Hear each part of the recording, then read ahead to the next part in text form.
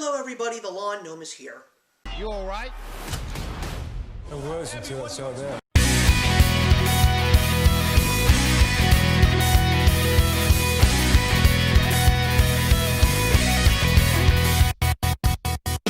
So I think it is safe to say this specific saying of 2020, because so many have said it so many times already.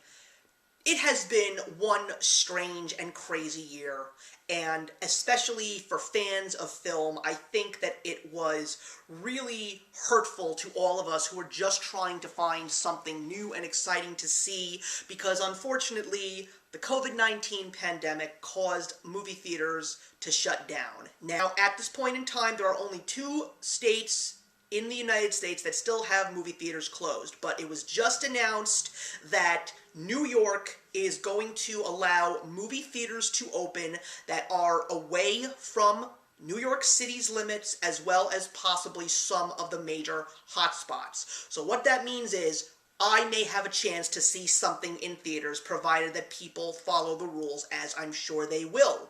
So the real question, at least for me, was there gonna be one of those movies that just takes the movie fandom populace by storm and possibly gets a numerous amount of Oscar buzz? I'm not gonna deny the fact that I was fortunate to give in to the streaming craze, if you will, to try and find some really good movies. And I have seen my share of new and very well done films, thanks to streaming services like Netflix, Video on Demand, and Amazon Prime. But outside of all of those movies, the one movie that I still think was the best of the year, even though it was praised in the previous Oscar ceremonies, that was 1917, because it actually got its wide release in January, so I count that as a 2020 release. But, ladies and gentlemen, and everybody in between, I think we have finally found that movie, if you are not counting 1917 as a 2020 release. And it is on Netflix right now. It is the new Aaron Sorkin written and directed film, The Trial of the Chicago 7, which has a fantastic ensemble cast, including, let me go through the laundry list here, because it's a bunch. We've got Eddie Redmayne, Sacha Baron Cohen, John Carroll Lynch, Mark Rylance, Joseph Gordon-Levitt, Michael Keaton, Yahya Abdul-Mateen II, and Frank Langella. So, what is the Trial of the Chicago 7? Well, it is a very well-known case. At least that's what we're supposed to know, because I have heard of the term the Chicago 7, but I never actually knew who or what they were all about. So this movie finally gives us that answer for all of us who may not know what it is. It's basically us young folk who weren't alive during the late 1960s.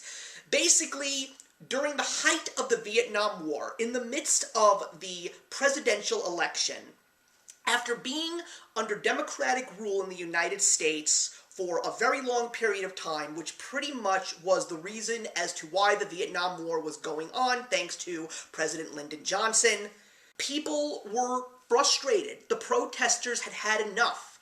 And there were these 3 groups that managed to just decide to come to this place in Chicago where the Democratic National Convention was about to announce Hubert Humphrey as the presidential candidate for the Democratic Party who was going to go up against Richard Nixon, and they were basically saying that we're coming, we're going to end the war, because that's really what they want. They wanted peace, they wanted love, they wanted to end the Vietnam War because young men were dying at a rapid rate for a war that made absolutely no sense for a great many, and it really was the point in time in United States history where the concept of government and liberty and the pursuit of happiness was just suddenly being questioned because of all of these events that were taking place, particularly in the 1960s. And the film is all about that trial.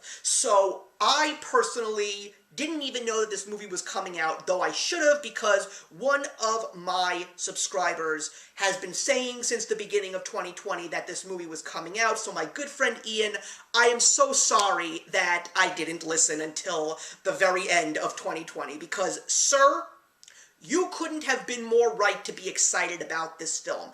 As an Aaron Sorkin fan, and someone who really appreciated his first directorial Molly's Game, my expectations were through the roof when I finally realized that this movie was coming to Netflix.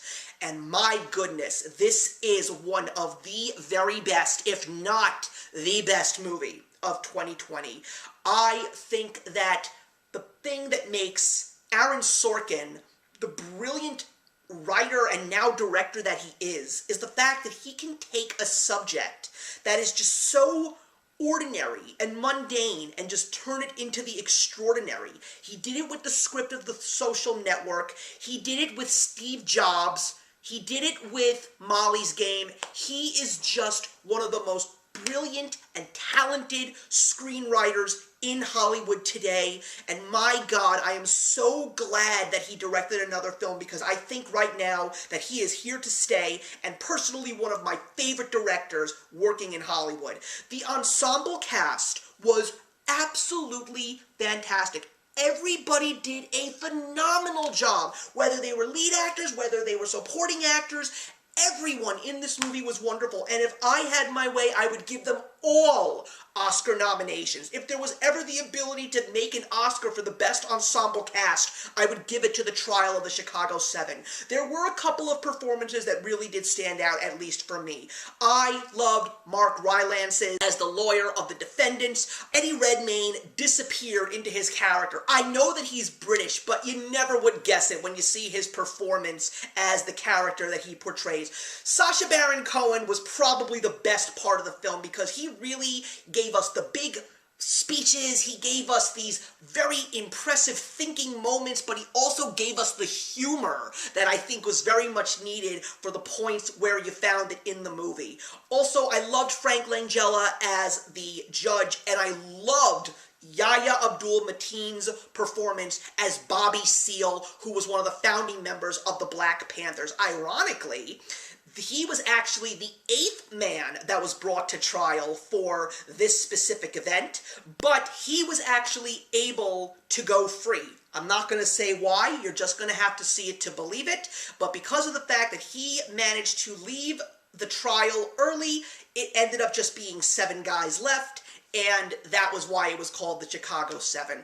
Also, the score from Daniel Pemberton is one of the best. He is one of the big up-and-coming composers that is just showing up everywhere, doing all of these great score pieces, and I just absolutely loved it. Also, everything in this movie is just something that's going to glue you to the TV set and just get you engaged by everything that is unfolding. I mean, again, it's just a movie that takes place almost always in the courthouse, but you're going to see the flashbacks as to why these people went for their cause, how they got cornered by the police, how they got arrested and brought to trial, and the judgment as to whether they're guilty or innocent is for you to decide, especially while you're watching the movie. But of course, you will also get exactly what happens at the very end of the movie. And let me just say, the end of the movie is one of the most wonderful, heartfelt, motivated moments that I have seen in film this year. It is, without a doubt, a fantastically